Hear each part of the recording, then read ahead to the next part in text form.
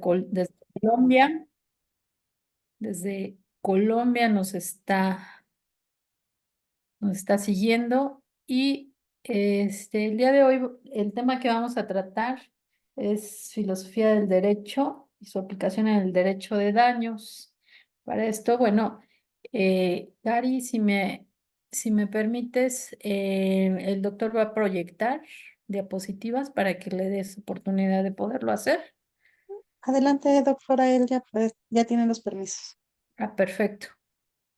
Bueno, ya estamos sobre el tiempo.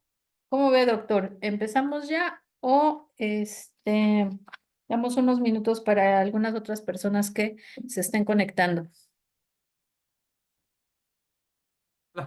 Demos unos minuticos, no hay problema.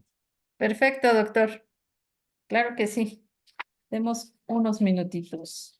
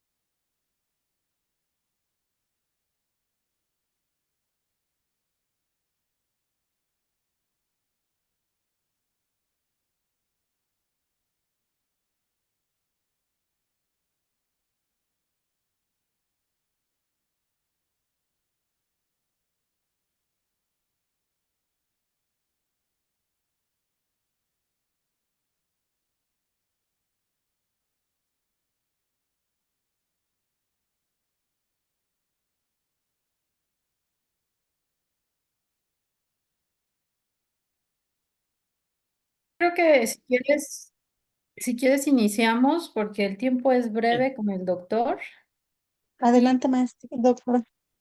y tú me dices cuando estemos ya en transmisión. Ya estamos en transmisión desde hace ratito.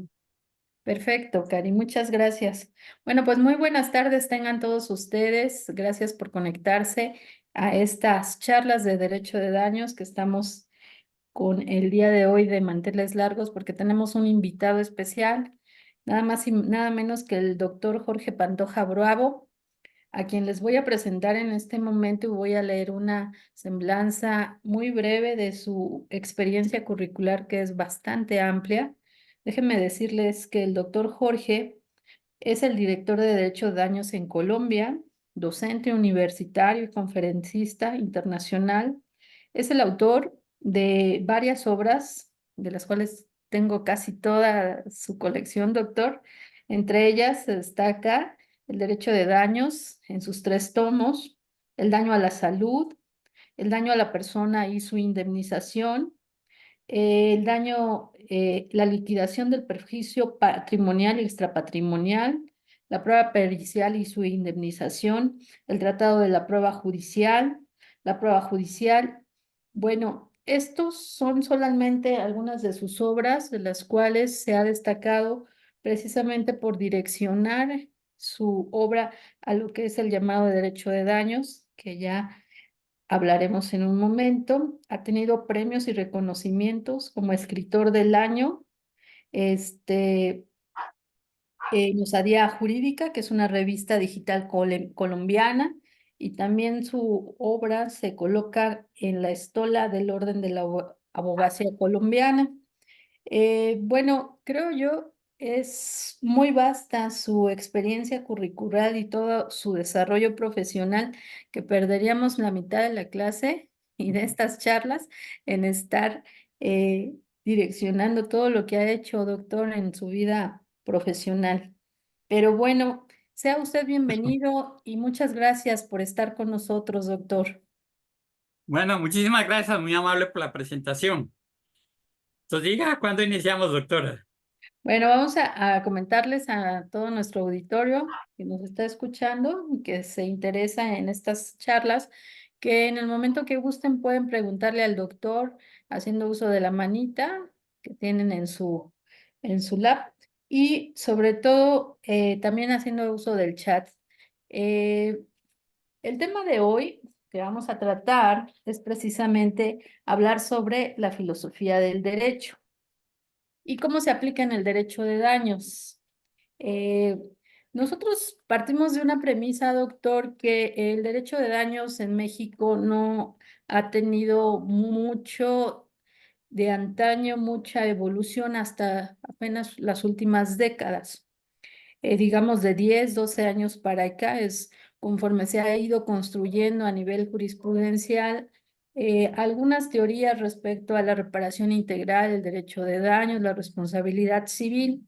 En base a todo esto, nosotros vemos que en la filosofía del derecho nos remontamos, los que somos estudiosos del derecho, en esa filosofía del derecho romano que viene desde antaño, pero ¿existirá aplicable para el derecho de daños alguna otra connotación, además del derecho romano?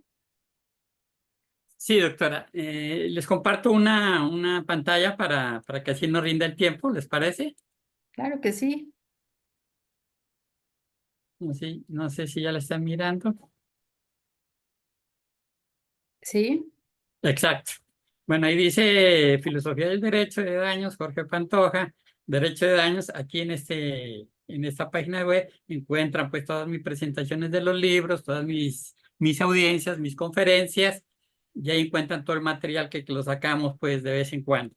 Respecto a la pregunta que me hace la doctora, si hay otra vertiente diferente a la filosofía del derecho, pues hay muchas vertientes, pero básicamente yo considero que hay dos: la filosofía del derecho como tal y el derecho de daños. Entonces, la filosofía del derecho simplemente la vamos a concretar en que es útil siempre y cuando tenga efectos prácticos. Es decir, la filosofía sirve siempre y cuando tenga sus derechos, tenga su aplicabilidad en la práctica. Entonces, en ese sentido es que la filosofía del derecho es útil. De todas maneras, no queda más que un ejercicio académico, que una charla entre amigos, que unas discusiones catedráticas que solamente sirven para hacer algunas tesis, pero no se fundamentan en la práctica. Entonces, básicamente, ese sería el derecho de daños. Aquí tenemos una pantalla de este, dice, uno de los principios básicos del derecho de daños es no hagas daño. Este es de un médico de la Universidad de Oxford, el doctor Henry Marx, ¿sí? ¿Por qué lo traigo a colación? Porque este libro, ante todo, no hagas daño. Les doy de una vez un adelanto de la posición de Henry Mass. Henry Mass es neurocirujano de la Universidad de Oxford y en la cual él causa un daño. Inmediatamente causa un daño, él va a la oficina jurídica del hospital y le dice, mire, causé un daño. Y hasta ahí llega toda la declaración, causó un daño por estas circunstancias y hasta ahí llega toda su declaración. El departamento jurídico del hospital llama a las personas y les dice, mire, efectivamente hubo un daño, estas cosas, y sucedió esta situación, y por lo tanto usted tiene un valor de indemnización, venga a reclamarlo. No necesita abogado, venga a reclamarlo y listo. Esas formas ha funcionado. Aquí aprovecho para decir que con igual criterio funciona la Mutual en Buenos Aires, en Argentina. En el año 2018, cuando yo tengo estadísticas, ellos registraban 1.200 casos cada mes. O sea, 1.200 este mes, 1.200 el otro, 1.200 el otro. Entonces imaginen el volumen que ellos manejan. Y básicamente ellos siguen el mismo criterio de conciliar. Este estudio de la Mutual de Buenos Aires dice que a medida que a medida que se va avanzando en el proceso judicial, la demanda se va incrementando. Hay demasiados costos económicos. Pero yo diría que además de los costos económicos, hay costos psicológicos, costos de tiempo y energía psicológica que se desgaste. Hay mucho desgasto en el trayecto del proceso. Ya de por sí sabemos que es un proceso lento, dispendioso, con un resultado incierto, y sabemos básicamente que es muy lento.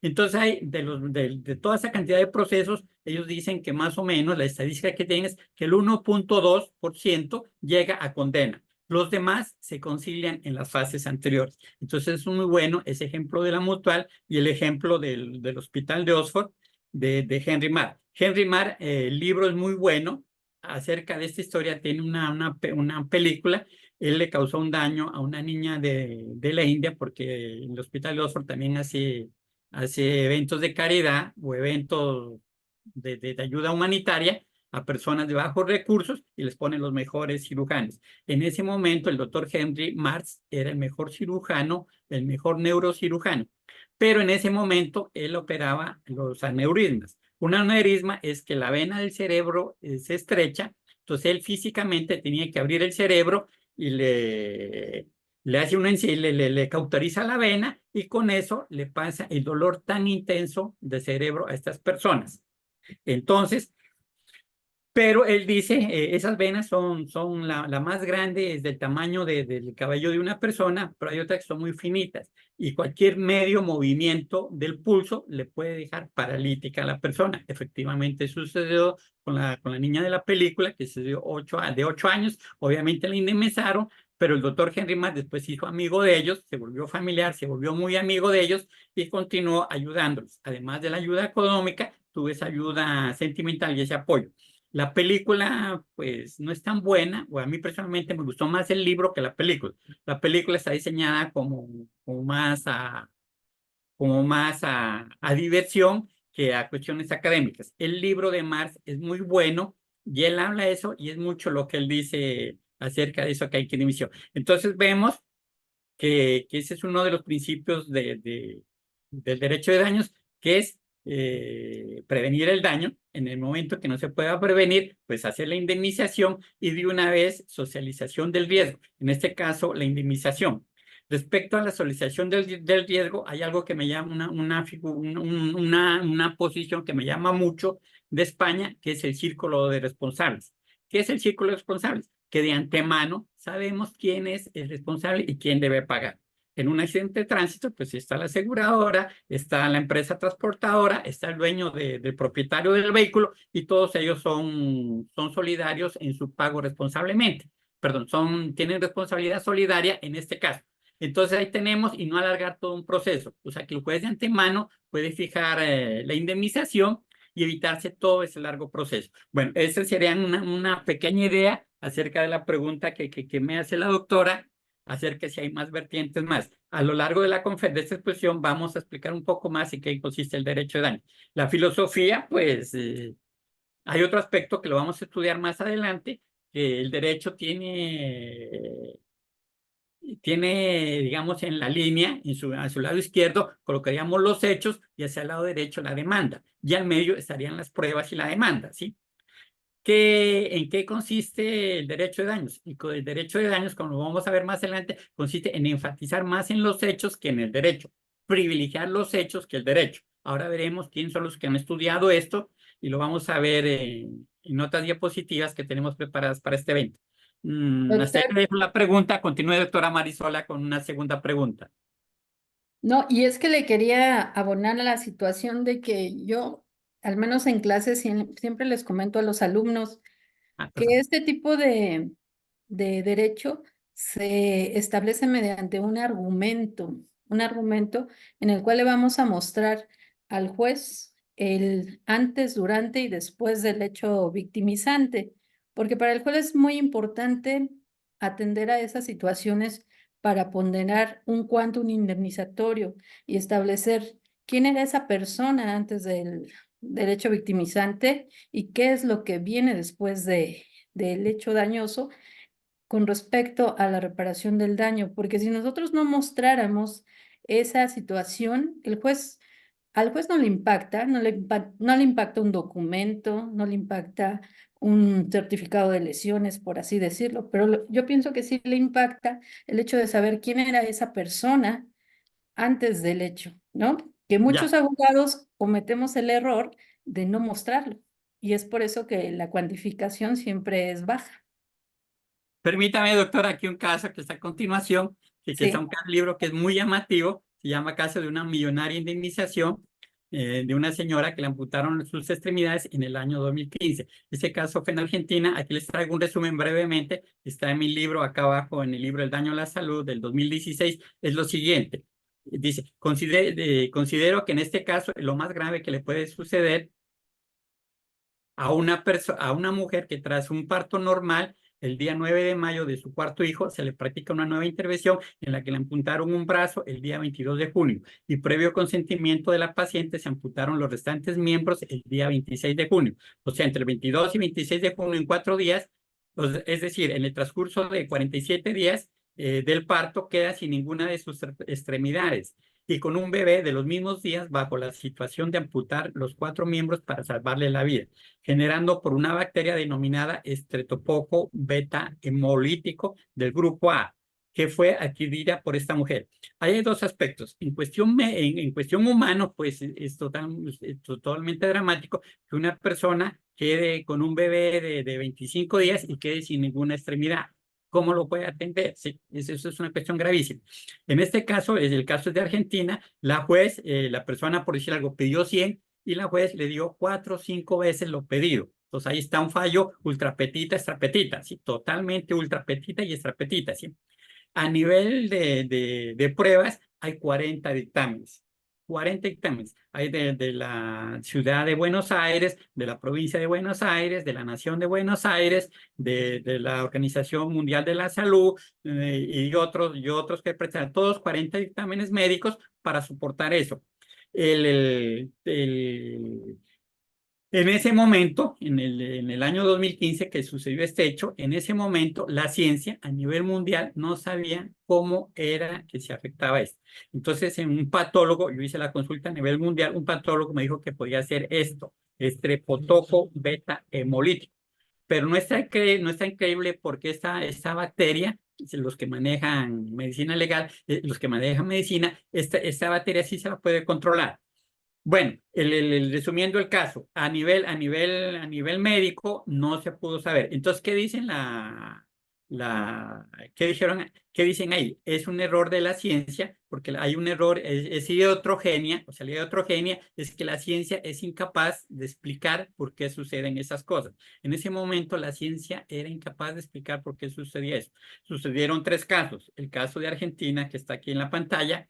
Hubo otro caso de Brasil y hubo otro caso de Colombia que logré conocer, pero pensaba que el de Colombia de pronto tenga relación con el de Brasil, pero se concretó que no, pues tenemos una selva de por medio entre Colombia y Brasil y no, las personas nunca habían viajado a Brasil, entonces descartaba esa posibilidad, pero no se sabe por qué se genera esta bacteria. Es la bacteria más grave que yo he conocido, que es que la persona quede sin extremidades y cuando la persona la deja sin extremidades, el efecto para. Pues ya para qué, ¿sí? Y lo otro, y a nivel jurídico es muy interesante que la jueza fue supremamente generosa y hizo un fallo ultra petita y extra petita porque pide una vez y da 4.5 veces. Bueno, el caso todo está en el daño a la salud, simplemente quiere eso acerca de ese caso más grave.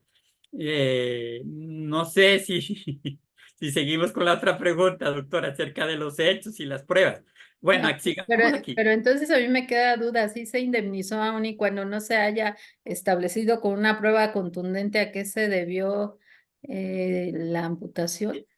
En este caso participó la Organización Mundial de Salud, participó un patólogo, el mejor del mundo, que era de Alemania, el patólogo junto con el patólogo de Alemania, junto con o los médicos de Alemania, el médico de Alemania, junto con los médicos de la Organización Mundial de la Salud, fueron hasta Argentina, fueron al sitio a averiguar cuál fue cuál fue la causa. No dieron con la causa ellos. Si la Organización Mundial de la Salud no sabe cuál es la causa, menos mal va a saber los médicos pues, de la República de Argentina. Entonces, este caso es un caso típico de iatrogenia en la cual la ciencia en ese momento no sabe cómo explicar eso, ¿sí?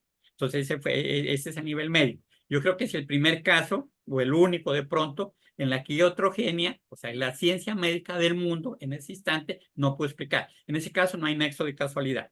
En Colombia también hubo otro caso de nexo de casualidad que también está en el libro El daño a la salud, que una persona de un menor de edad de 8 años fue al centro de cancerología por una cuestión sencilla y resulta que a los 2 meses quedó sin movilidad en las piernas, quedó inválido, sin movilidad en las piernas. No se pudo comprobar, no hay nexo de casualidad, si a eso nos referimos, no hay nexo de casualidad, más sin embargo, se supone que el que le causó ese daño fue el Instituto Nacional de Cancerología. Pudo haber sido cualquier otra situación, la leche, un germen en la leche, cualquier otro, un antibiótico que él tomó antes o después, lo que sea. Pero lo más lógico es que haya sido ahí. Ahí se aplica el criterio de la sana crítica y por lo tanto, pues hay que dejar, como usted dice, a la víctima siempre hay que indemnizarla. Por lo tanto, la mejor forma de indemnizarla es haciéndolo responsable al Instituto de Cancerología. Pero en ese caso, lo interesante es que no hay nexo de casualidad. Pero Bueno, entonces ahí nos vamos en contra de los elementos, ¿no? Para que un daño sea resarcible. Entonces sí podemos acudir a las excepciones en casos muy excepcionales, creo yo, ¿no? pues sí, a veces hay casos muy excepcionales. Hablemos otro caso de la prescripción. La prescripción acá en Colombia son de 2 años la ordinaria, de 5 años la extraordinaria y de 10 años la del Código Civil. Una Ujú, persona de casualidad pasados los 10 años y medio, se entera que su mujer está infectada por VIH.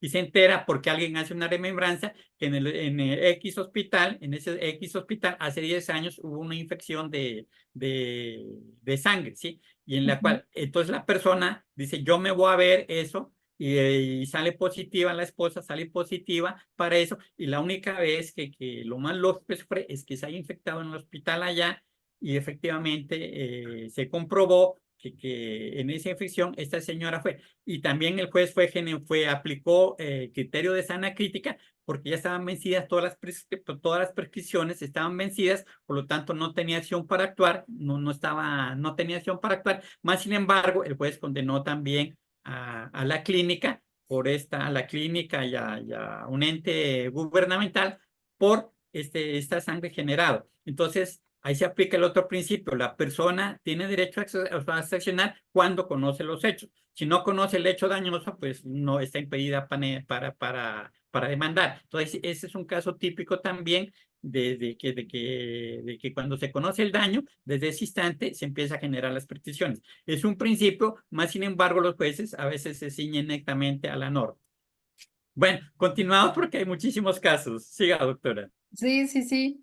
Mire, en el derecho de daño siempre se establece que sus fines o objetivos es la prevención del daño, la indemnización y la socialización del riesgo. ¿Hay algunas otras connotaciones ahora para este tipo de derecho? Sí, esa concepción del derecho de daño fue la inicial. Sí. Pero hay un principio muy fundamental del derecho de daño que sirve mucho, que fue el cambio de enfoque. El enfoque ya no está en el causante del daño, sino en la víctima. Ese cambio de enfoque genera todo un cambio del derecho de no mirar al causante del daño, sino a la víctima. Y por ese lado dio un gran impulso a la responsabilidad objetiva y dio un gran impulso a abandonar la culpa. ¿Sí? Aunque en este momento, por ejemplo, hablando de mi vida, hablando de Colombia, hay muchas discusiones y la gente todavía considera a la culpa como generador de responsabilidad. Pero dicen que hay culpa atenuada, que hay culpa presunta, que hay culpa objetivada y en últimas dicen que se puede exonerar de la culpa. En sí, al final salen aplicando la respuesta objetiva, que es una de las tendencias del derecho de daños. En general, la tendencia del derecho de daños hace unos años es que todo se genere por responsabilidad objetiva y por esa vía las aseguradoras o los fondos o los fondos de solidaridad paguen esta indemnización.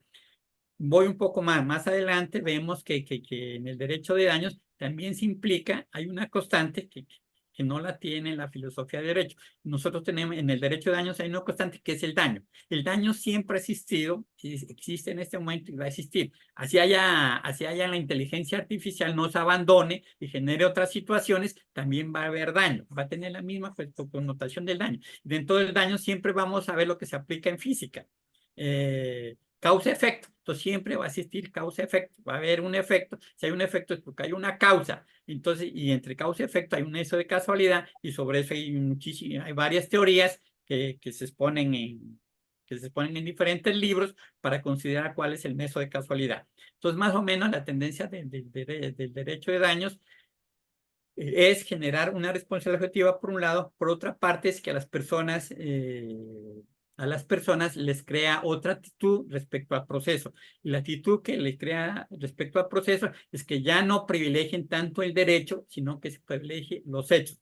Hablaremos más adelante sobre esta situación de privilegiar los hechos sobre el derecho. Bueno, continuemos, doctora. Sí, sigue adelante. Y es que a nosotros nos cuesta un poco de trabajo, sobre todo los que se han dedicado preponderantemente a la materia penal, pensar en un tipo de responsabilidad sin culpa. Ah. Entonces es ahí donde existe el conflicto y donde muchos de mis alumnos que también son penalistas me dicen, pero ¿cómo? ¿Cómo es No, no, posible? Adelante, doctor. doctora Marisol, tiene toda la razón, en eso sí. Así es. Eso sí se me olvidó antes. El derecho penal y el derecho civil hay grandes diferencias. El penal tiene tanto de ancho como de profundidad como de prospección. A nivel de ancho, usted puede incluir en el derecho penal todas las diferentes situaciones que que se han generado y se siguen generando. Hace mucho no veíamos un adolescente que coja un arma y mate a varias personas por matar, ¿sí? Y eso en Estados Unidos se ve mucho, ¿sí? Cada 2, cada 3, 4, 5 meses, es decir, en un año tenemos 2 o 3 o 4 episodios de que un menor de edad sale con un arma y mata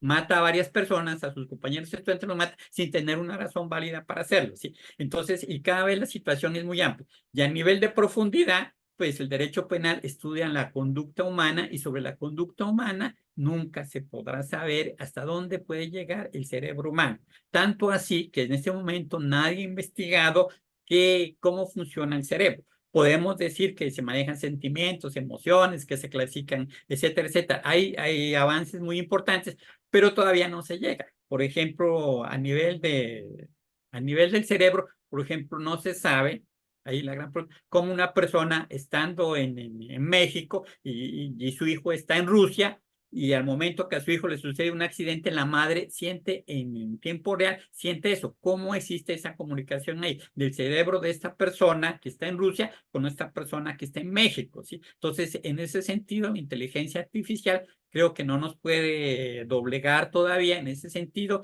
de entender eso.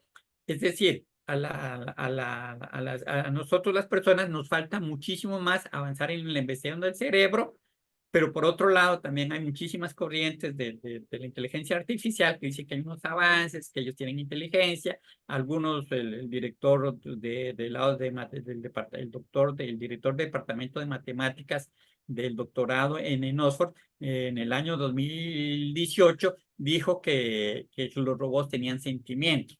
Pues yo personalmente no creo que un robot sienta pena, le dé angustia, le dé rabia, sienta amor por otro robot, no sé, pues yo hasta ahí mi inteligencia no me llega hasta allá para comprender eso. No, y tampoco comprendo por qué él dice que estas máquinas pueden llegar a tener sentimientos. De pronto pueden hablar 40 idiomas, interpretarlo de manera instantánea, ¿sí?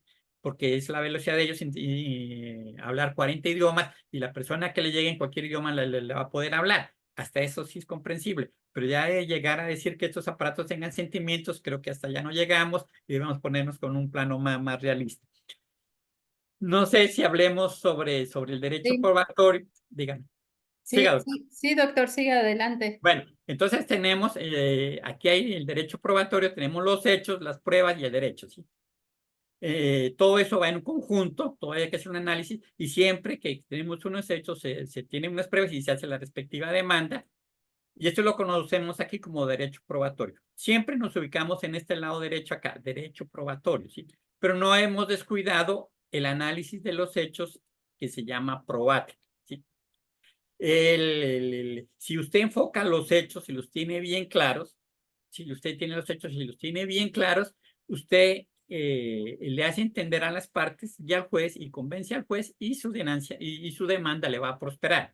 En vez de meterse en unos álgidos debates en el derecho probatorio, siempre se mete acá el derecho probatorio. Entonces, la probática, esto es muy, el propulsor de esto es Luis Muñoz Sabaté, y estamos más enfocados en los hechos. Fuera de Luis Muñoz Sabaté, que es el que más se ha dedicado, aquí permítame una anécdota con Luis Muñoz Sabaté.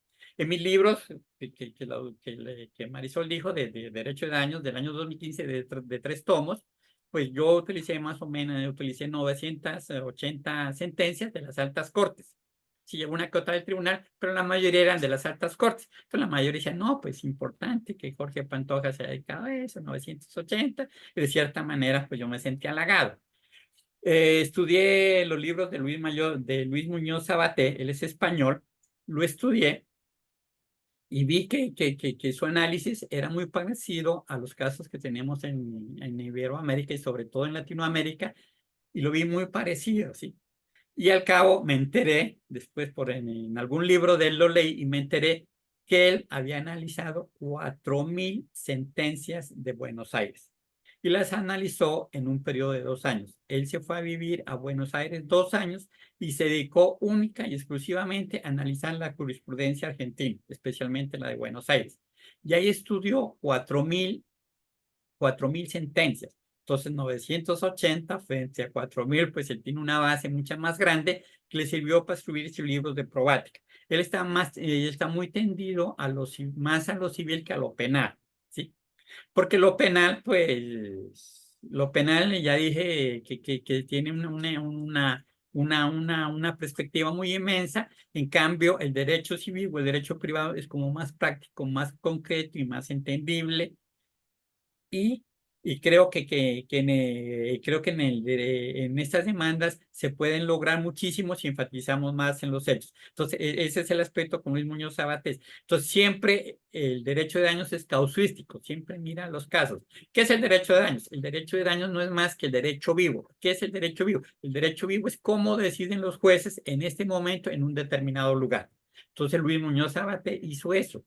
Se fue a Buenos Aires 2 años analizando exclusivamente sentencias, con una productividad casi que de 120 sentencias cada semana para llegar a alcanzar a las 4.000 a las 4.000 sentencias que le analizó.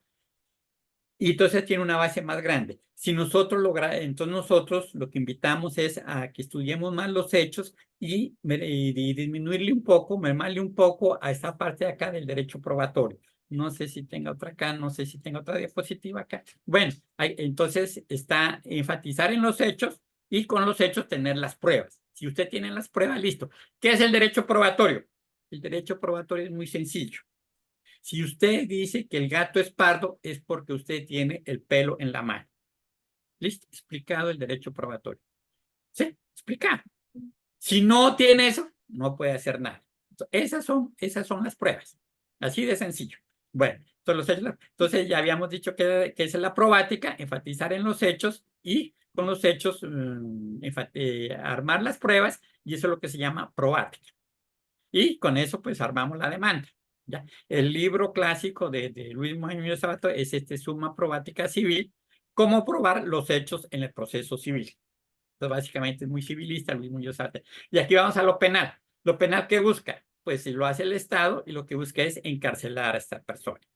En Colombia, el presidente de Colombia, Gustavo Petro, ¿sí? De Colombia, reunió a 40 expertos y en la instalación de este comité de los 40 expertos le dijo, mire, yo quiero que me investiguen el proceso penal y traten de cambiar la punibilidad, que no todo el mundo se vaya a la cárcel. Y eso me parece una visión importante de que todo no sea cárcel, ¿sí? Que se quite la cuestión punitiva, la cuestión punible en lo penal. Bueno, en lo civil no es que la persona se va a la cárcel, sino lo que logramos es una indemnización en dinero, básicamente dinero, o la restitución de los derechos. Pero básicamente la cuestión es por dinero. ¿Ya? Entonces, en lo penal tenemos que se denomina teoría del caso y en lo civil es estrategia para convencer. Estrategia para convencer. Tenemos que en lo penal tenemos duda razonable y en lo civil tenemos una causa extraña. O sea, el equivalente a la duda razonable en lo civil es la causa extraña. Y en lo penal, lo que ustedes ya manejan mucho los penalistas, conducta típica, categoría culpable e inexistencia de exoneración.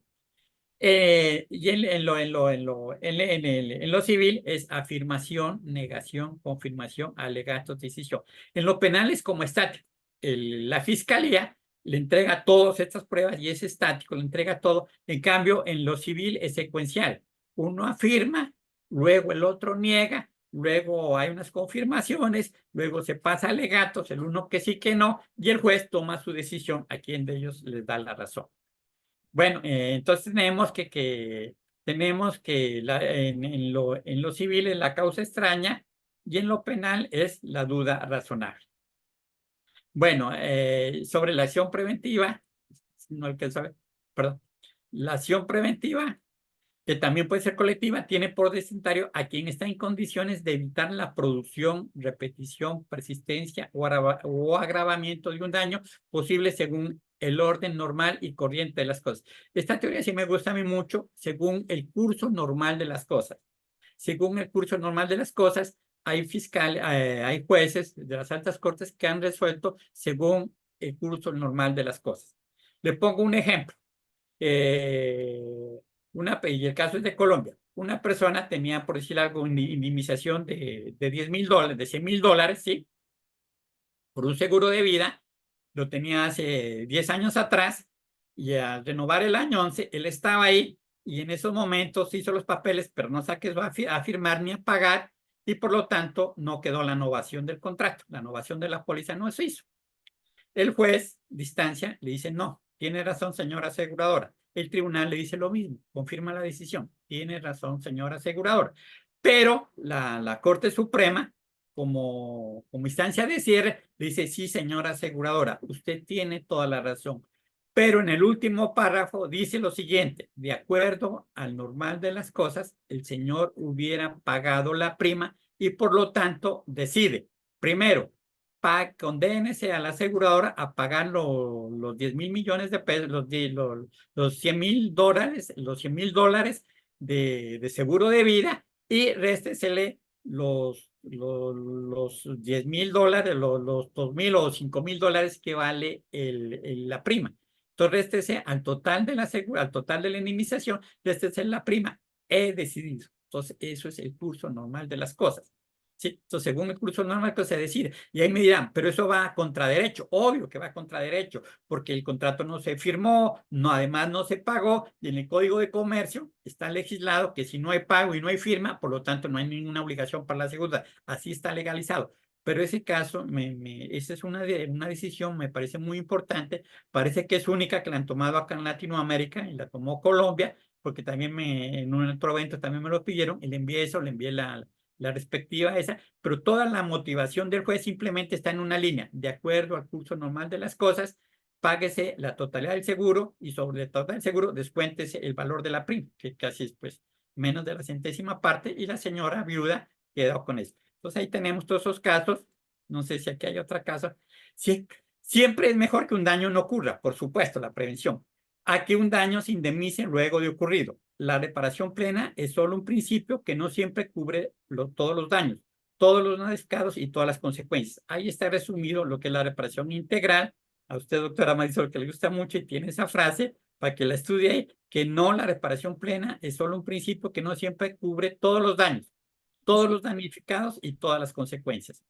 Tenemos en Colombia algo importante, esta etapa acá. Pensar en un proceso sin etapa probatoria es sencillamente fascinante. Esta es una frase mía desde el año pasado que me gusta mucho, y está legislado en Colombia en esta ley que está ahí, en la 2080 del 2021, ¿sí? ¿Cómo funciona eso? Eso funciona igual que el amparo o tutela que llamamos nosotros. Funciona mucho. La parte me trae todas las pruebas, testimonios, fotografías, dictámenes periciales, etcétera, etcétera. Me trae todas las pruebas y se las paso a la contraparte. La contraparte también le trae las otras pruebas al juez, dice que sí, que no, o generalmente se opone, y trae todas las pruebas. Y el juez, sin debate probatorio, decide. Tenemos el caso, por ejemplo, en el contencioso administrativo, en los procesos administrativos o contenciosos administrativos, que las personas aporta cuatro testimonios, y total que el juez, en vez de traer al testimonio primero, que es el que más sabe, el juez tomó al tercero o cuarto, no tomó el primero. Entonces la parte afectada dice que por favor el juez le admita llamar al testimonio primero, porque es el que más sabe, el que más tiene dominio, el que mejor se expresa, etcétera, etcétera, que por favor le reciba eso. El juez accede, pero el otro niega, dice que no se puede, hay nulidad, hay recursos, hay quejas, etcétera, etcétera, y ahí también está amparo y todo eso se decide. Pasan 2 años y todavía no se ha tomado ni el primer testimonio. Así es. Entonces, si aplicamos este esquema de que me traigan las pruebas y de lado y lado, y el juez con base en eso decide, no hay etapa probatoria. Obviamente que en el penal esto no se puede hacer. En el penal necesariamente tienen que ir los testimonios y tomarlos frente al juez, y etcétera. Pero en los procesos civiles, creo, y en los procesos civiles y administrativos, creo que esto es muy viable, que las partes se acostumbren.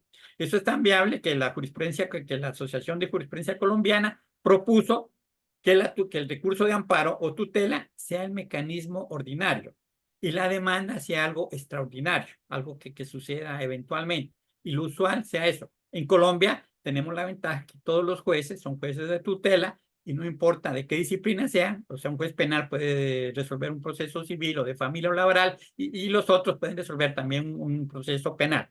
Entonces, en eso tenemos esa ventaja que ya tenemos todo un cuartel de jueces que están capacitados en el recurso de amparo. Respecto a una conversación que tuvimos anteriormente con la doctora Marisol, el recurso de amparo de todas maneras, el recurso de amparo en México es más garantista. Escuché una conferencia hace 2 meses y entendí que el proceso de amparo respecto al de Colombia es más garantista allá. Bueno.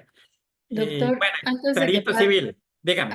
antes de que pase a su otra diapositiva, le voy a hacer publicidad. Esto sobre pensar en un proceso sin etapas, usted lo desarrolla de una manera muy bonita en su libro de Tratado Sí, de la doctor. Prueba Judicial. Este libro yo se los recomiendo mucho porque no lo he terminado de leer, porque ya vieron cuántas páginas pueda tener, pero es esta postura que el doctor ahorita les explicó de manera muy breve, lo desarrolla en uno de sus capítulos y es bastante interesante ver este otro enfoque, porque estamos acostumbrados a la etapa probatoria y pensamos que, que pareciera la columna vertebral de todo proceso.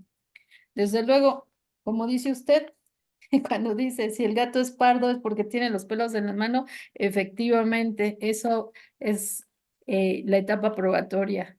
Pero sí, comparto yo con usted estas ideas innovadoras con respecto a facilitar sobre todo los procesos, que no sean tan largos y sobre todo que se optimice los recursos para que estén en posibilidad de dictar sentencias, desde luego justas, pero en lapsos más breves. Creo yo que esto aplicaría de manera importante y podría ser una buena idea para poder plantearla en tiempos futuros.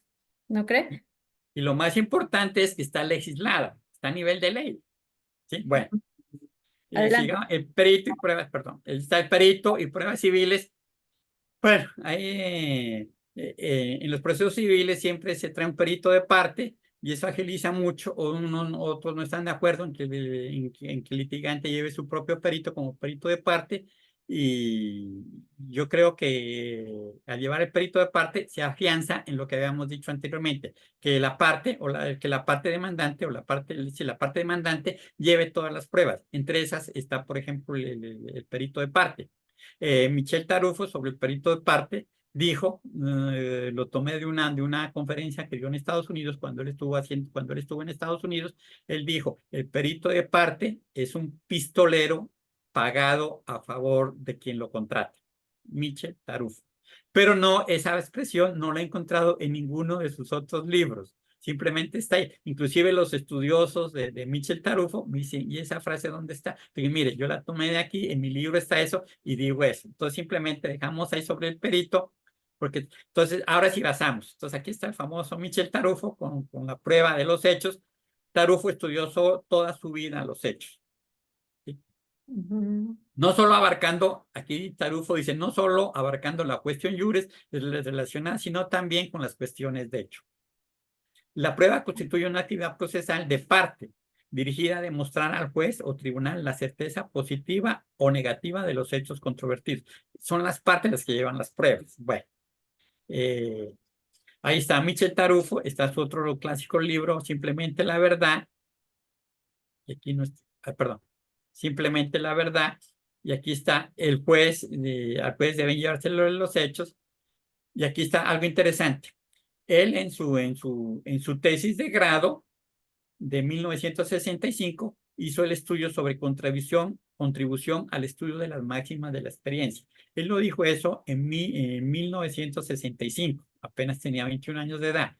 Y mire el enfoque que él tenía. Con 21 años de edad estaba haciendo su tesis de licenciado en Derecho, y tiene el problema de las máximas de la experiencia y el procedimiento probatorio, las máximas de experiencia y las presunciones, la motivación como representación del razonamiento judicial, el juicio de hecho, no de derecho, sino el juicio de hecho, los controles sobre las máximas de experiencia en casación. Mire, a los 21 años él ya no estaba hablando de las máximas de la experiencia, pero ya en casación, en los tribunales de cierre.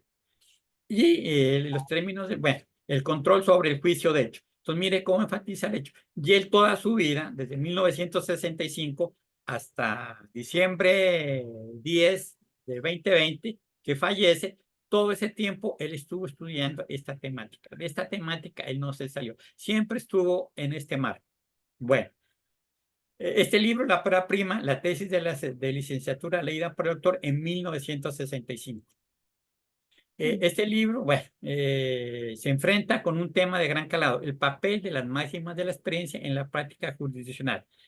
Yo estudié a Tarufo, luego de escribir mi libro en el 2015. En el 2015 yo en los 3 tomos de derecho siempre enfatizo lo mismo, en las máximas de la experiencia, en los hechos y en las causas. Muy casuísticos esos libros. Pero sin saber que Tarufo había escrito esa tesis. Pero luego, ya estudiándolo, ya lo metí pues en mis libros posteriores, lo que dice Tarufo al respecto. Y terminó con su libro, La decisión justa. Aquí está este libro en italiano, lo pueden bajar por internet, es gratuito en italiano, pero está en italiano. Este libro de 1965, aquí está la tesis de Tarufo, dice 1965, y termina con el libro Hacia la decisión justa del año 2020. Este lo escribió más o menos 2 meses antes de fallecer. O sea, él fallece en diciembre y este libro fue entregado unos 5 meses antes a las editoriales y fue publicado tanto en Perú como en Italia. Y siempre tiene algo. Sobre la decisión justa, es un libro supremamente completo, muy ilustrativo, muy profundo y demasiadamente práctico, que recomiendo su lectura. Otra persona que nos habla de los hechos es nuestra querida profesora Gastón Avellán Marina Gastón. Marina Gastón también habló de los hechos en el derecho. Este fue el año pasado, cumplió 20 años de este libro de editado y se han sacado muchísimas ediciones. Es un libro supremamente completo, tiene muchísimas citas y también sigue como la tónica en Tarufo, pero no tiene el carisma práctico que tiene Luis Muñoz Sabaté. Luis Muñoz Sabaté es demasiado práctico, muy pragmático, casos realistas. Marina Gascón todavía se mantiene un poquito con la filosofía del derecho, y Tarufo es totalmente con la filosofía del derecho, aunque hay momentos en que se baja a la práctica, como el caso del perito pistolero. Bueno, aquí están luego, modestia aparte, aquí seguimos nosotros, tenemos Derecho de Daños, tomo 1, tomo 2, lo que dijo la doctora en salud, aquí están mis libros. El primero, el tomo 1, Derecho de Daños, se agotó al terminar un año, entonces después de 3 años se sacó una nueva edición.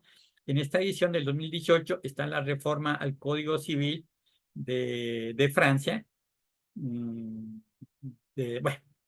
de una profesora de la Universidad de París, de la Sorbona, en la cual fue la líder en la reforma civil, y en las primeras páginas aquí está incluido eso. Pero básicamente, en su mayoría, contiene todo lo que está acá en ese otro libro. Ahí está el libro de Derecho de Daños.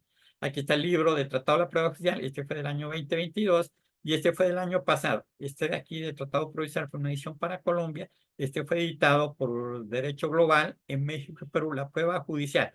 Aquí hablamos hecho, verdad, prueba, estándar, inteligencia artificial y demanda. Entonces, mire cómo enfocamos el estándar probatorio. Aquí hacemos básicamente toda una contradicción al estándar probatorio de Jordi Ferrer. Pues nos vimos en el Congreso Mundial en septiembre en Lima, Perú. Pero fue un diálogo amable, no entramos a debate sobre su teoría. Más bien hablamos con Carmenza Vázquez, que es de México y está dirigiendo el doctorado en Girona, con ella hablamos, pero hablamos más que todo de la prueba pericial, porque Carmen Vázquez en el día de hoy está dando una conferencia en Brasil sobre el papel del perito. Entonces ella sí está enfocada al perito y ella es muy práctica, muy buena sobre la cuestión del perito. Y respecto al perito, pues pueden escuchar muchísimo a su paisano, a Miguel Carbonell, que también habla, pero Miguel Carbonell pues tiene una temática muy amplia, creo que habla de muchos temas. Entonces, esto está publicado por Derecho Global de México y Perú en el año 2023. Y aquí tenemos nuestro libro clásico que se está imprimiendo en este momento en Perú para traerlo a la Feria del Libro acá en Bogotá, Colombia, que es este fin de mes, que es la Feria Internacional del Libro, una de las ferias más importantes de acá de Latinoamérica, después de la Feria del Libro de Guadalajara en México. Entonces, el título de nuestra compañera Marisol Martínez Reyes es El Derecho de Daños en México, parte general, tomo 1. Ella ahí hace modestia aparte, no es porque esté presente, pero es un aporte doctrinal de cómo hacer una demanda y gestionar ese pago. Ahí nos presenta un esquema muy práctico que a los litigantes les va a ser de mucha utilidad. Por otro lado, analiza las etapas jurisprudenciales que hubo en México hasta llegar hasta la etapa del año 2024. En este libro tiene sentencias del año 2024, está súper actualizado. Se está imprimiendo en Perú, se van a, o sea, las personas que tengan algún contacto en Bogotá lo pueden adquirir en la feria, ahí va a estar disponible. También se va a hacer un lanzamiento que desde allá los invitamos para que participen de este libro. Es un libro muy bueno y ahí está la doctora Marisol. Entonces, también es impulsado por Derecho Global de México y Perú y es de apenas del Banco del año 2024 y se está imprimiendo en estos momentos. ¿Ya? Y aquí entramos a los conceptos jurídicos. El derecho es muy complicado. Ahí vemos el derecho objetivo, derecho subjetivo, derecho sustantivo, derecho objetivo, y eso nos da. Y toda la carrera del derecho está en estudiar todo esto. Y aquí al estudiante le dejamos un múltiple de interrogantes que no sabe qué hacer. Entonces, generalmente se tiene que irse a las altas cortes y allá ver qué es el derecho objetivo. El derecho objetivo se refiere a la norma. El derecho subjetivo, facultades, atribuciones de las personas. Derecho sustantivo se refiere al régimen jurídico de derechos y obligaciones, sustancia, esencia de la norma. Derecho adjetivo, mecanismos, procesos y procedimientos para hacer efectivos derechos y obligaciones. Des en cuenta que para nada nombran los hechos y los hechos son los que nos hacen perder o ganar un caso, sobre todo si es civil. Son los hechos. Ahora, si usted falsea los hechos, tarde que temprano en el proceso va a llegar, ya sea en primera instancia y segunda instancia, o en las altas, o en las instancias de cierre. Bueno, ahí tenemos, se concibe el error de derecho frente a la prueba. Aquí a nivel de casación hay unas salvedades o hay un espacio o hay una fisura que nos permite meter las pruebas. Se concibe el error del derecho frente a la prueba cuando el juez le da al material probatorio determinado poder de comisión que la ley no le asigna. Se basa en la ley, pero sí nos da nos abre un espacio para hacer frente a la prueba y por esa vía meter los hechos. O permite su aducción y producción sin llenar los requisitos legales del derecho probatorio. Ahí sobre esto entramos la prueba ilícita, derecho penal, que es muy cuestionada. También en los dos libros de míos últimos del año pasado, que los acabamos de ver, ahí hablo sobre la prueba ilícita y ahí también hay casos de España, ¿sí? Hay un caso brevemente aquí rápidamente de España. Una persona se entra a una casa, roba una cámara y al ver la cámara ve que ese señor es pedófilo y ahí ve los archivos. Entonces él lo entrega a la policía y en última la policía detecta quién es esta persona, este ladrón, ¿sí? Pero entonces hay que ver si esa prueba es válida o no. Al final, ahí hay diferentes teorías, pero al final, o bien directa, sí se acepta esa como prueba, pero se cuestiona a esta persona de que por qué sobre esto, sobre la aducción y producción de la prueba, sin llenar los requisitos legales. Pues el ladrón no tenía pues un documento legal para entrar a esa casa o algo que lo faculte para entrar a esa casa, pues estaba robándole, sino que coincide que roba su cámara y la mire, o su cámara de filmación y la mira, y ahí mira que el señor Pedro lo denuncia. Entonces, ahí se entra a cuestionar si realmente estamos aplicando el derecho o aplicamos más bien los hechos. En este caso, ya hay muchos casos. También otro caso que está en Argentina fue muy cuestionado, perdón, fue en Chile. El caso fue muy cuestionado, inclusive por la ministra de Justicia de esa época, que fue el siguiente. Los policías entran, detienen a un carro, y el carro llevaba drogas, armas y dólares. Estamos hablando en Chile. En Chile la moneda legal no es el dólar. Más sin embargo, el juez de primera instancia y el juez de segunda instancia dijo que eso no es válido porque los agentes de policía no tenían por qué inspeccionar el vehículo. Ellos tenían derecho a inspeccionar a las personas, más no el vehículo. Y bajo ese pretexto liberan a estas personas. No sé si les hayan devuelto la coca, los dólares y las armas. No creo.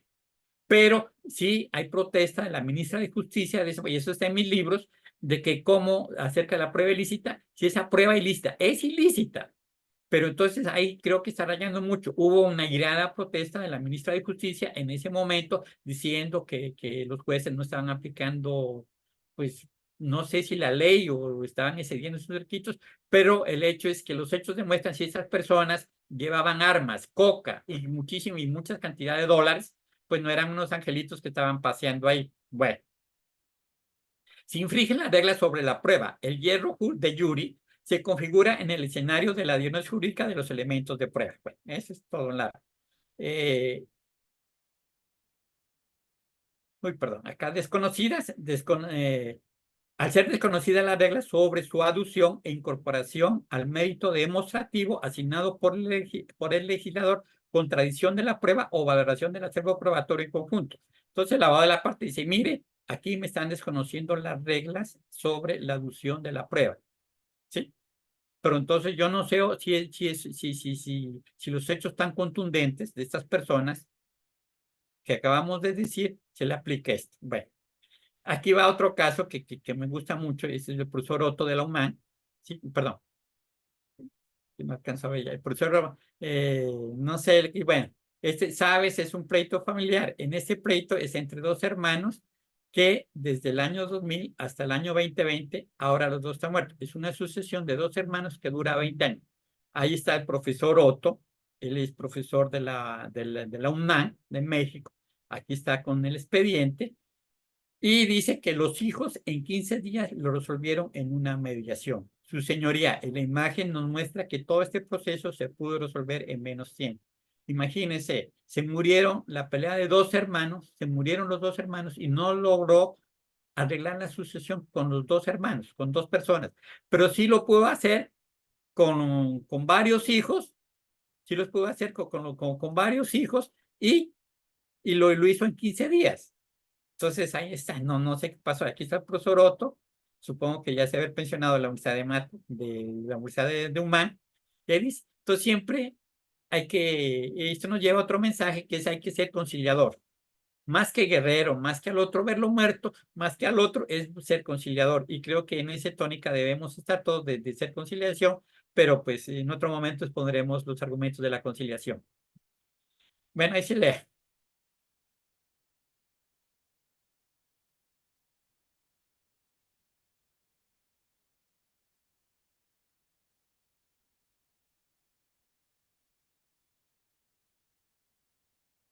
Sé práctico, sé feliz. Listo. Mensaje de su compatriota Otto de la UMAN. Aquí vamos, otra vaina de la informática, la ley informática.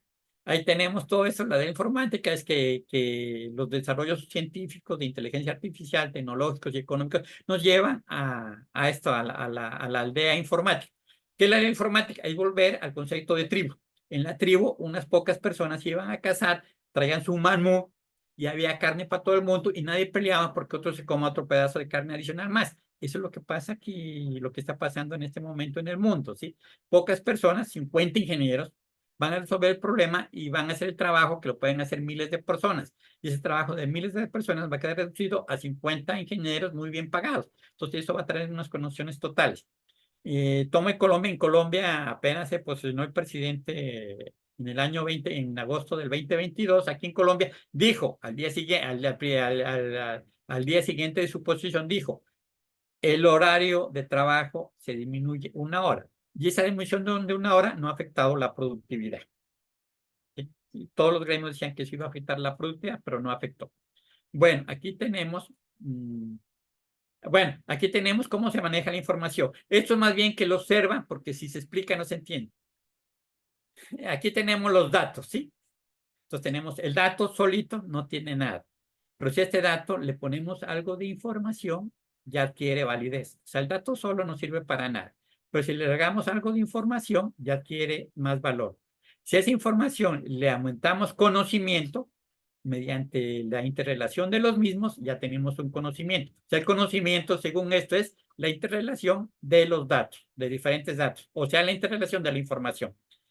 Si además de esta relación lo miramos hacia adentro, vemos cómo encontramos unos datos que nos sirven focos como bombillos que nos dan luces, y otros, la mayoría siguen apagados, otros se convierten de verde, se convierten a morados, y otros nos dan luces. En este caso solamente dos dan luces, ya. Pero si a ese análisis interno le aplicamos sabiduría, entonces esto ya quiere decir que interrelacionamos estos dos focos de luz, este foco de luz que está aquí con este otro foco de luz, lo relacionamos, y eso es lo que nos da sabiduría. Y aquí entramos a la teoría de la comparación, que puede ser un dinosaurio o puede ser un ángel. No sabemos para dónde vamos con toda esta multitud de información, ¿sí? Entonces ahí vemos que entonces esta gráfica es muy ilustrativa de cómo se manejan los datos. Les recomiendo este libro de Cathy O'Neil, ¿sí? Está libre, se lo consigue, pero es muy ilustrativo.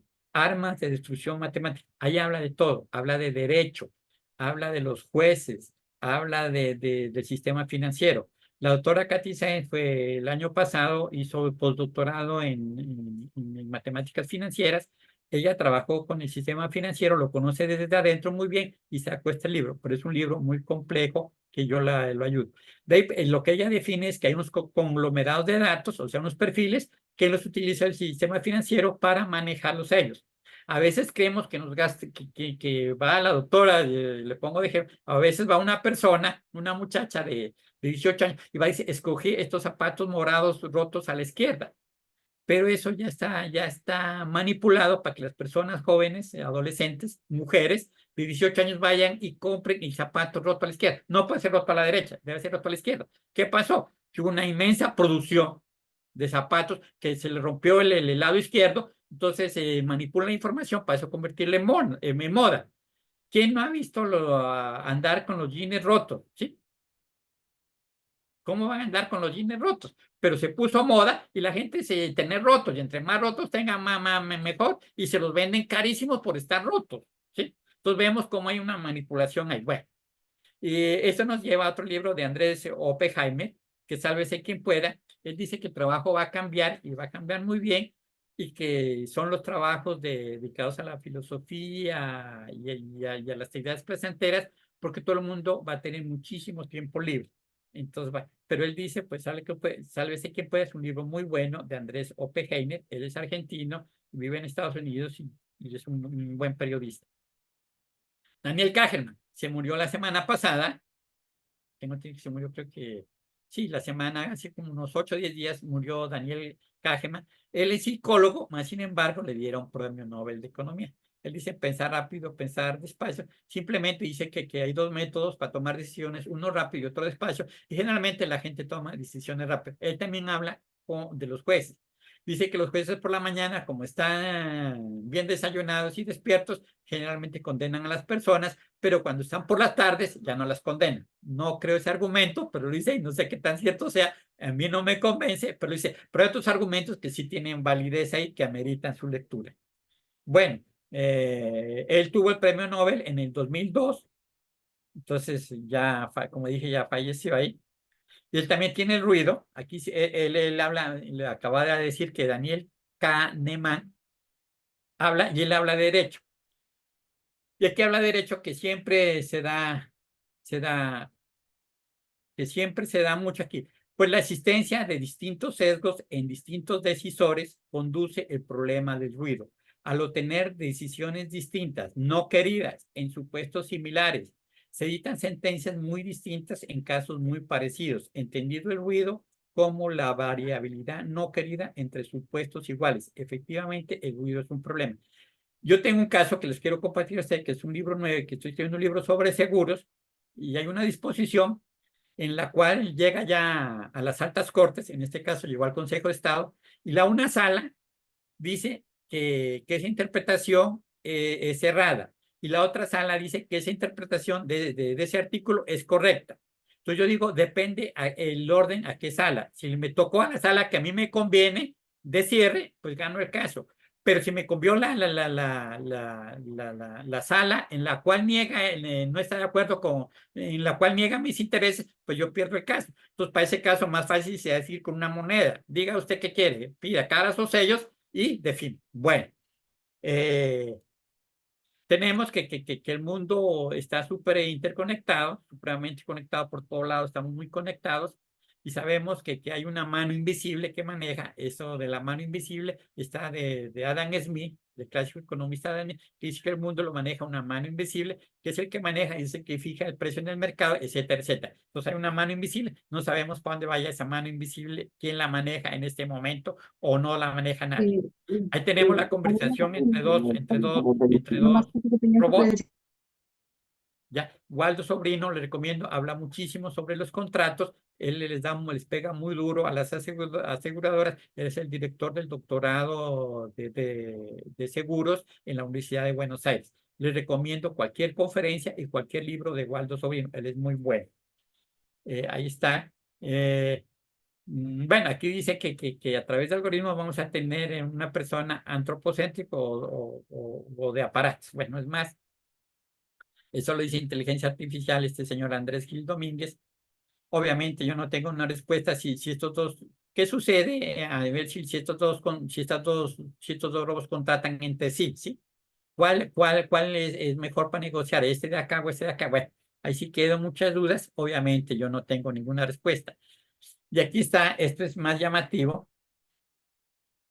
¿Qué sucede con los hologramas? Si esta persona juega ajedrez, es que puede formar puede firmar. Y si puede firmar, pues puede hacer cualquier contrato a la distancia, ¿sí? Entonces, eso es algo que la inteligencia artificial ya está funcionando en este momento, los hologramas, pero están a nivel de experimentación, pero creo que esto va a ser común. O sea, ya no es el chat o la conferencia que tenemos, que nos vemos nosotros los rostros y podemos hablar en tiempo real, sino va a ser estar todos juntos en el sitio que nos diga Marisol, allá en la universidad, allá toman todo y todos podemos estar alrededor de ella, pero de manera de holograma. Y el que más avanzó, y me parece muy práctico, es este libro de Luigi Ferrajoli sobre la constitución de la Tierra. Es excelente, hace críticas, está muy bien ubicado. Es un libro muy pequeño, pero supremamente sustancioso, muy práctico. En ese pequeño libro da 100 reglas de cómo hacer la constitución de la Tierra. Él dice que podemos hacer una democracia global y que todos decidir. Les da muy duro al sistema financiero. También cuestiona mucho lo de la salud, sobre todo en la salud, que hay dominios de que las vacunas de la epidemia que pasó se quedaron en Europa, y mucha gente, incluido México y Centroamérica, fueron afectadas, y Latinoamérica también fue afectada por este dominio, que el medicamento lo cogieron más a tiempo ellos y evitaron muchas muertes, que muertes se pudieron haber evitado también en nuestro país. Entonces, esta es edición del 2 de abril del 2022. Ferrayol le dice, por una constitución en la Tierra, el proyecto de una constitución de la Tierra no es una hipótesis utópica, sino la única respuesta racional y realista capaz de limitar los poderes salvajes de los estados y los mercados en beneficio de la habilidad del planeta y la supervivencia de la humanidad.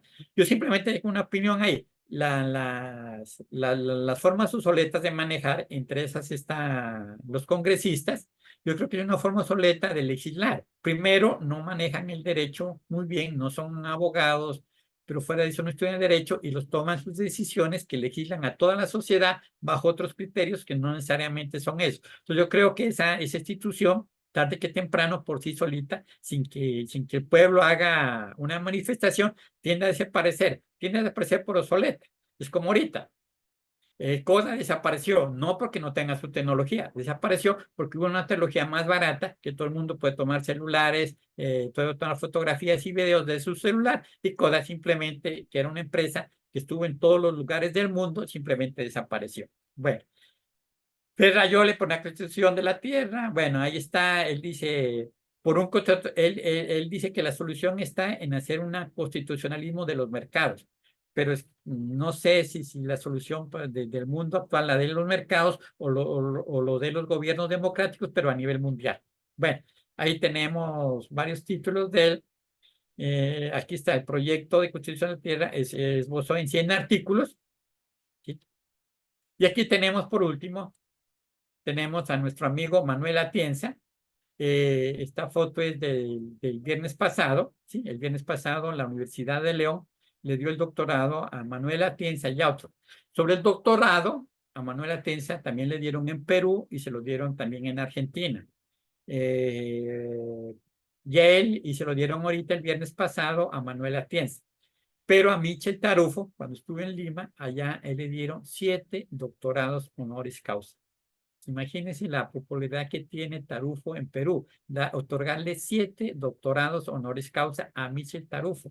Manuel Atienza, que pues uno de los que ha trabajado mucho, apenas le tiene unos 3 doctorados apenas, ¿sí? Y este doctorado 2 acá en Latinoamérica y este que le acaban de dar el viernes pasado en España, en la Universidad de León. Él dijo, al recibir el doctorado, dijo, el derecho ha cambiado mucho y va a cambiar más en muy poco tiempo como consecuencia de las nuevas tecnologías y la inteligencia artificial, que va a significar una alteración completa de lo que hoy entendemos por profesiones jurídicas, lo dice Manuel Atienza. En esa misma línea ha afirmado, seguramente muchas de las que conocemos van a desaparecer y van a ser sustituidas por máquinas. Ahí hablamos que un robot puede ser juez. Bueno, yo no creo tanto. Bueno, y el trabajo de los juristas se va a concentrar en las cuestiones de filosofía del derecho, en las cuestiones más difíciles. Yo creo que la filosofía del derecho orientada a quién va a manejar ese mundo, pero como una democracia global. Si todas las personas del mundo vamos a poder votar por los computadores y no van a ser ciertos grupos desde un determinado país, sino todos los países del mundo votando por una decisión. Bueno, eh, yo creo que con eso terminamos. No sé si había algo más. Doctor, Yo pues creo que sí, con eso terminamos. Sí, porque ya se nos está acabando el tiempo, en eso terminamos. Simplemente acolitando a lo que dice acolitando a lo que dice el doctor Manuel Atencia, yo simplemente hago esta pregunta. ¿Qué sucede si las personas no cometen delitos? Si las personas no cometen delitos, ¿qué sucede? Pues se acaba el derecho penal, se acaban los jueces penales, la jurisprudencia penal se acaba, se acaban las cárceles. Pero entonces mira, ¿por qué se va a acabar el derecho penal? El derecho penal se va a acabar porque las personas no cometen delitos. ¿Y por qué las personas no van a cometer delitos? Las personas no van a cometer delitos porque van a tener una economía sólida. Y al tener una economía sólida no hay el móvil económico para delinquir. Por otro lado, las personas van a ser más filosóficas. O sea, que una persona mate a otra, eso va a ser como salido de tono, salido de lo normal, eso no es, ¿sí? Entonces va a haber otra filosofía y por esa vía se nos va a acabar el derecho penal que al iniciar la charla yo dije que eso tiene tanto de ancho o de largo de extenso, pero esperemos, creo que el desarrollo de la inteligencia artificial, la tecnología y la sociedad va es para allá. Si las personas no cometen delitos, no hay. Hay una tesis de eso que la vi en noviembre del año pasado de Fran Almanza Altamira, de Perú. Él hace una exposición muy buena de cómo funciona el cerebro. Le nombra un caso, no sé si ese caso es hipotético, dice que una persona en un trabajo acosa a otra persona, entonces simplemente la llevan a un hospital, le inyectan algún químico, alguna cosa en el cerebro, le manejan las neuronas en el cerebro y esa persona deja de acosar a las personas, ¿sí? Entonces no es un delito el acoso a las personas, es falta de atención médica que esta persona le gusta acosar a sus compañeras femeninas y al hacerle ese tratamiento, entonces la cuestión no es de que él esté propenso a delinquir, sino que él está ausente de ese tratamiento. Entonces yo creo que por ahí hay muchas teorías en la cuestión penal que van avanzando. Bueno, eso es todo lo que les quería compartir. Pues supongo que preguntas y dudas deben haber hartísimas, pero mi inquietud era esa. Les recomiendo los libros que ponemos ahí. Todos los libros que pusimos son buenos. El libro de la autora Marisol Martínez es muy bueno, muy actualizado. Está disponible para los que están conectados ahorita en Colombia. Está disponible en la Feria del Libro. y recomiendo su lectura. Muchísimas gracias por la paciencia y no sé si podemos hacer alguna pregunta ahí rapidita para poderla resolver porque ya estamos sobre el tiempo. Sí, doctor.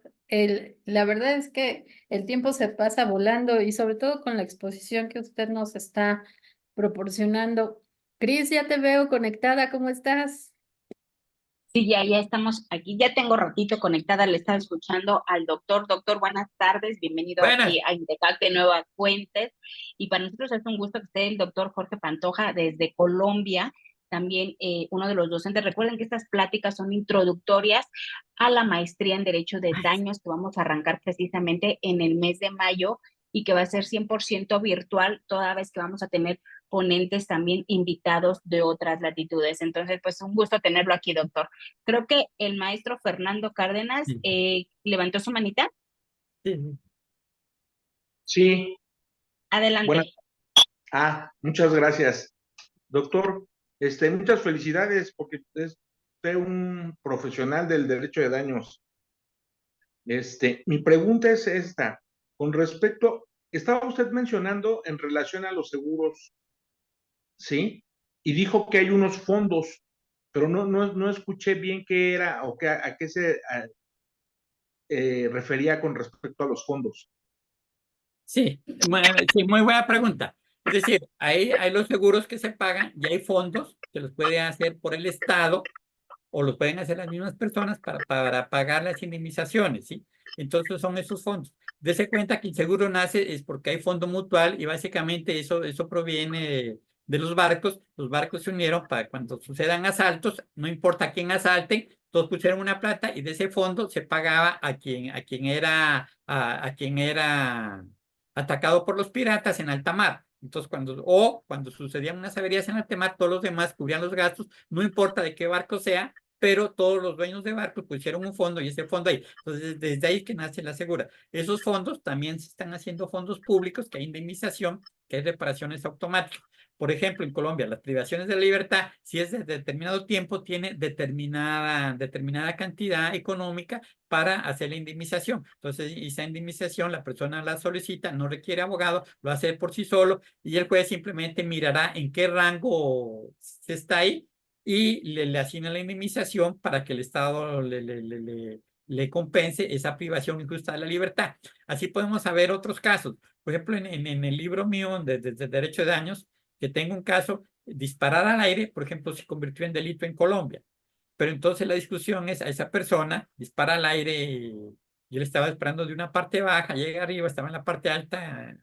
En la parte alta estaba otra persona, de un muchacho de 16 años de edad, y lo deja paralítico. Entonces, de que al paralía, a esta persona paralítica no le sirve que la pena sea de 12, 14, 15, 16 años. La persona le condenaron a 14 años, pero no le interesa eso. A él le interesa más bien una satisfacción que tenga un dinero, por ejemplo, para poder cambiar cada año su silla de ruedas, poder tener una silla de ruedas con baterías que se puedan movilizar más, de tener unos masajes, unos asientos que le den masajes cuando él lo desee, es decir, tener otras condiciones a pesar de su parálisis, a pesar de estar en su silla de ruedas, tenga otras comodidades. Creo que eso es mejor antes de que la persona enviarla a la cárcel por muchísimos años. Que en últimas, eso ni le quita ni le pone a su invalidez. ¿Sí? Entonces, para eso es que se necesita crear unos fondos. Hay unos fondos que sirven para reparar eso. Creo que en ese sentido lo doy respuesta, doctor. Sí, y otra pregunta, doctor, abusando, habla del curso normal de las cosas. ¿Es un principio?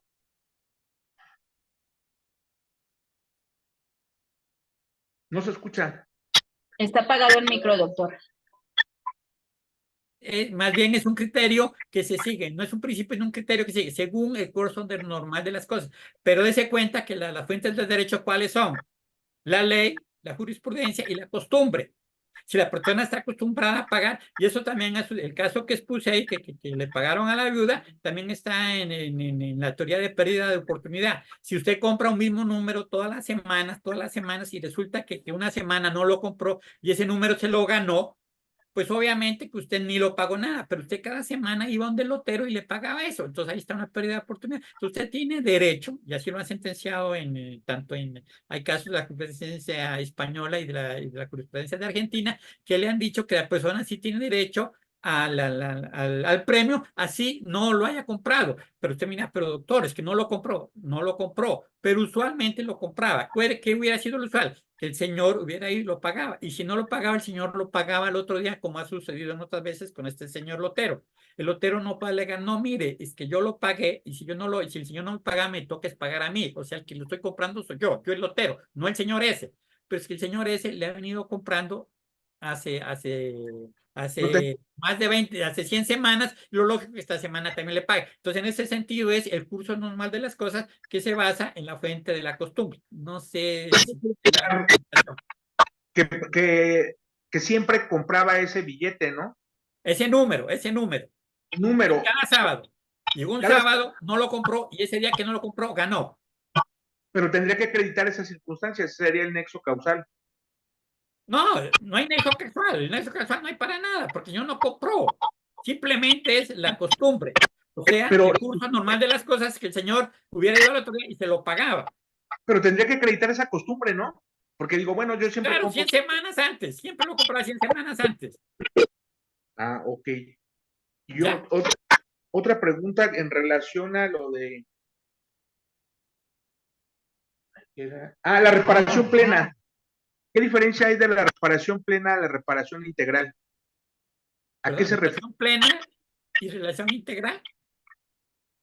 Pues yo en principio no le daría nada, pero relación integral o plena sería lo mismo, que la plena es los daños patrimoniales, los extrapatrimoniales, los morales y todos los que se clasifiquen como morales, vida la relación, daño psicológico, etcétera, etcétera. Aquí no se entraría ahí, ¿sí? Ok, perfecto. Muchas gracias, doctor. De todas maneras, todos estos temas en la maestría de Derecho de Daños, que lo dirige la doctora Cristina Ortega, ahí vamos a verlo en detalle porque esto es supremamente amplio y vamos poco a poco, semestre a semestre, vamos avanzando hasta que llegue. Lo importante de esa maestría es que nos va a crear una actitud, o sea, una forma de cómo enfocar los casos y va a ser muchísimo útil para todos nosotros, no solamente para ustedes, sino para toda la comunidad. Va a servirle para los jueces, es decir, que ustedes van a tener otro enfoque y se van a dar cuenta que hay muchísimos casos que no es necesario pelearlos en derecho, sino pelearlos en su origen, en los hechos, en su base inicial, ¿sí? No sigamos la costumbre del proceso de capa, que dura muchísimos años y nunca le resuelven a favor, o el proceso de Gabriel García Márquez, de que él gana muchas guerras, pero no alcanza a obtener su pensión y se muere sin obtener su pensión, lo que sucede a muchas personas que hacen una pelea jurídica y nunca obtienen su pensión. Bueno, sigamos Gracias. a otra pregunta. Muchas gracias. A usted. Pues sí, efectivamente, no sé si te has percatado, Cris, en la fecha en que es el día de hoy. Ja, ja, ja. 11 de abril.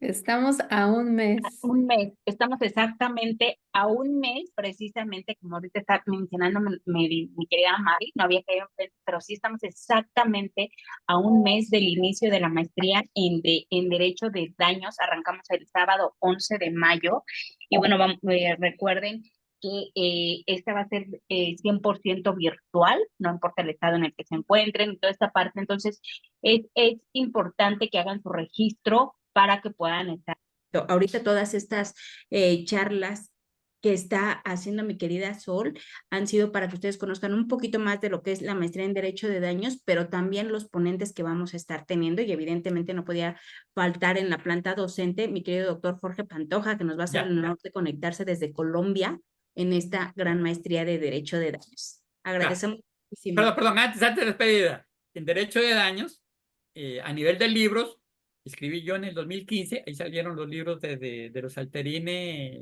en Argentina con 2, en Chile salió también con Derecho de Daños de 7 tomos, y el clásico de Fernando Regleros de España, que salió mucho antes, ¿sí? Eso es a nivel de libros. A nivel de capacitación, maestría de Derecho de Daños, en Colombia no la tenemos. La tienen hace años en en España, en La Girona, lo tienen ahí, yo creo que es una de las primeras que lo abrió, Derecho de Daños en España. Hay Derecho de Daños en la Universidad de Buenos Aires, hay Derecho de Daños, y la Universidad de Chile lo abrió apenas el año pasado, a mitad del año pasado, abrió la maestría de Derecho de Daños. Nuestro país, Colombia, como otros países, creo que en Colombia, en Ecuador, en Perú, y en Venezuela y en los demás no tienen eso, es una oportunidad para que lo hagan, porque es una titulación que la tenemos en México en Derecho de Daños. Y respecto a las personas de acá de Colombia, pues supongo que si hay varios escritos de diferentes países, podemos hacer unas pasantías, tanto de que los colombianos vayamos a México, como los de México vengan acá a Colombia, de pronto a nuestra ciudad turística, Cartagena, que es muy llamativo, y además del turismo, podemos hacer capacitación, hacemos ese intercambio, sirve mucho para ver cómo se hacen las cosas en otro lado, en otra parte, a ver cómo funciona. Eso suena bien interesante, turismo académico, Maris. Ni modo, Marisol, me voy a tener que ir a organizar esas actividades. Así es. Y no sé si recuerdas, ahora que estuvimos recientemente en España, cómo hacíamos pláticas de derecho comparado, ¿verdad? Son súper interesantes y nos amplían el panorama. Entonces, esa es la finalidad precisamente de hacer esta maestría de manera virtual para que podamos conocer precisamente toda esa perspectiva del derecho de daños en otros países, con otros ponentes que lo conocen de manera extraordinaria, pero sobre todo que lo aplican. Entonces, pues mi querido doctor, muchísimas gracias, mi querida Sol. Recuerden que tenemos ya nada más 5 becas especiales para la maestría. Ayer mi querida Sol autorizó 5 becas más para la maestría en Derecho de Daños. Son 5 becas especiales. Y les dejamos ahí ya toda la información. Los que nos están siguiendo por redes sociales, al final de la transmisión está el link de WhatsApp para que manden mensaje directo para que les brinden toda la información. Los que están en grupos, en Zoom, bueno, pues ya se los han hecho llegar en los grupos, ¿sale? Entonces, pues mi querida Sol, nos vemos el próximo jueves y sí, tienes razón, estamos exactamente un mes para arrancar con este gran proyecto de la maestría en Derecho de Daños. Y de una vez anunciamos la plática de la próxima semana con un tema sasazo también muy importante, que es la formación y aplicación de la jurisprudencia en el derecho de daños. Esta va a ser a cargo de nuestro excelente ponente, ya también conocido en INDECAG por algunos otros cursos que ha dado, el maestro Yadir Hernández Salazar, que va a estar ¡Ah, con qué nosotros. padre! Y de hecho, nuestro amigo nos estaba siguiendo ahorita en redes sociales, mi querido Entonces, Yadir. entonces ya sabe que va a estar el próximo jueves con el Mi tema querido Yadir, así es. de formación y aplicación de la jurisprudencia en el derecho de daños. Como preámbulo vamos a decir que el derecho de daños en México al menos es jurisprudencial, se está construyendo poco a poco, pero muchos de nosotros abogados, aunque parezca difícil de creer, no sabemos cómo se aplica, cómo se conforma la jurisprudencia, cuándo un criterio es obligatorio, cuándo está superado, cuándo lo podemos presentar, etcétera, etcétera. Entonces, la próxima semana va a estar muy padre porque esto es de aplicación procesal directamente y yo creo Tiene que así es, y él tiene mucha experiencia, nuestro amigo, porque es un gran amigo de ambas, es secretario de estudio y cuenta. Entonces, híjole, acuérdense que siempre decimos los secretarios son los que hacen realmente mucha de la chamba, ¿no? Entonces, tiene muchísima experiencia en el tema. Me van a matar los jueces y los magistrados, ¿no? Por magistrados, decir sí. esto, sí, ya sé. Pero bueno, él nos va a venir a compartir mucha de la experiencia práctica que tiene. Entonces, pues que los esperamos el próximo jueves, igual en charlas de Derecho de Daños a las 6 de la tarde. Y recuerden que solamente tenemos 5 becas disponibles especiales para ustedes. Todo lo dejamos al último como buenos mexicanos, pero en esta ocasión de manera excepcional solamente se van a respetar esas 5 becas especiales. ¿Sale? Pues mi querida Sol, muchísimas gracias y gracias por traernos a mi querido doctor Pantoja para platicar con el Foro Jurídico de INDECAG. Ya lo estaremos escuchando en la maestría. Muchísimas gracias. Muchas gracias a todos. Hasta luego. Hasta luego, un abrazo. Gracias, lo mismo. Bye. Licenciado Juan Fernando, ahorita aquí